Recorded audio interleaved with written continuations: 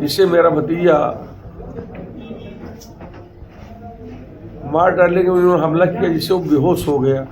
हम ननपाड़ा में था, हमको सूचना मिली, हम भी भाग कर आया और उसको लाद कर, और कई लड़के चोट खाए।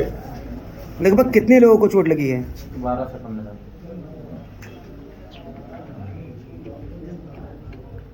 लगभग 10 लड़कों को चोट लगी है।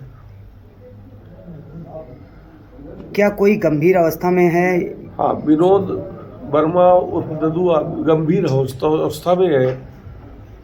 उसका सर बुरी तरह से फट गया है, बायां हाथ टूट गया है और अब भी अर्ध चेतना में है। उसको लगातार उल्टियां हो रही हैं। क्या कोई मुकदमा अभी दर्ज कराया गया या नहीं कराया गया अभी प्रशासन की तरफ से? अभी तहरीर लिखाई जा रही है और कोई प्रशासनिक अधिकारी आया भी नहीं है।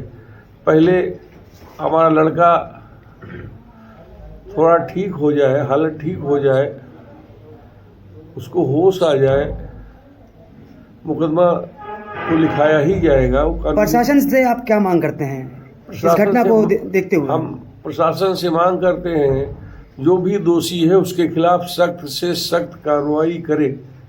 क्योंकि अभी कल प्रयागपुर विधानसभा में ही सपा और भाजपा के सामने झगड़ा हुआ था, जिसमें कई लोग गंभीर रूप से घायल हो गए थे। उसमें प्रशासन ने मुकदमा भी दर्ज कराया गया था। आज वही घटना आज कहीं ना कहीं विधानसभा मटेरिया में देखी गई है। भारतीय जनता पार्टी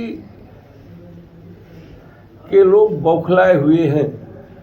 बौखलाहट में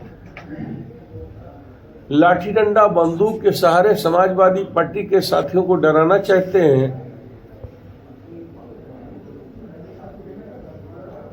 लोकतंत्र के लिए बहुत खतरनाक पद्धति है, तरीका है। समाजवादी लोग डरने वाले नहीं हैं, मर सकते हैं लेकिन डर लगातार समाजवादी पार्टी की तरफ बीजेपी वाले लगातार वार कर रहे हैं, उसको लेकर क्या कहना चाहेंगे आप? हम केवल इतने कहना चाहते हैं कि प्रशासन सचेत हो जाए। परसों मतदान होना है, मतदाता स्वयं फैसला कर देगा। बाकी जो कानूनी प्रक्रिया है होती रहेगी। जैसे भगवान सूर्य का पूरब निकलना तय है। अध्यक्ष साहब, आज बहराइच के मटेरा विधानसभा में एक घटना हुई है। क्या घटना हुई है? कितने लोग उसमें गंभीर रूप से घायल हैं? करीब 10-11 लोग चोट खाए हैं, जिसमें विनोद कुमार वर्मा जो पूर्व जिला पंचायत सदस्य हैं और समाजवादी पार्टी के बहुत वरिष्ठ नेता हैं, पूर्व विधायक माननीय दिलीप वर्मा जी के भतीजे हैं, समाजवादी पार्टी की प्रत्याशी श्रीमती मारिया शाह के लिए सघन चुनाव प्रचार कर रहे थे अपने साथियों के साथ। आज करीब 9:30 बजे के आसपास जब वो सैदा गांव से समाजवादी पार्टी के नेता मेराज अहमद से मिल करके वापस आ रहे थे, तो रिसिया मोड़ पे ही उनकी गाड़ी को रोकने का प्रयास किया गया और मारने की धमकी दी गई।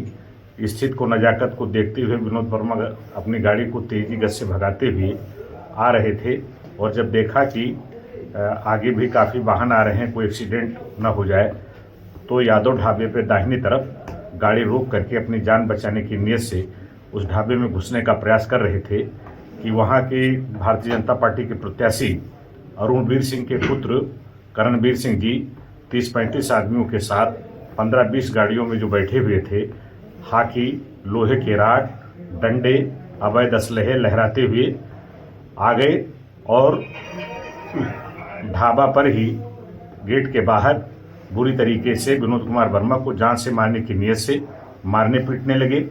इतने में जब वो चिल्लाने लगे तो उनके परिवार के अन्य सदस्य संयोग से मारिया शाह का प्रचार करके वापस आए थे, जो ढाबे में भोजन कर रहे थे। अपनी अपनी थाली छोड़ करके भगे तो देखा विनोद वर्मा को लोग बुरी तरीके से मार रहे थे। इन लोगों ने बचाने की कोशिश किया तो उसमें नीरज वर्मा और कई लड़कों को काफ़ी चोटें आई हैं।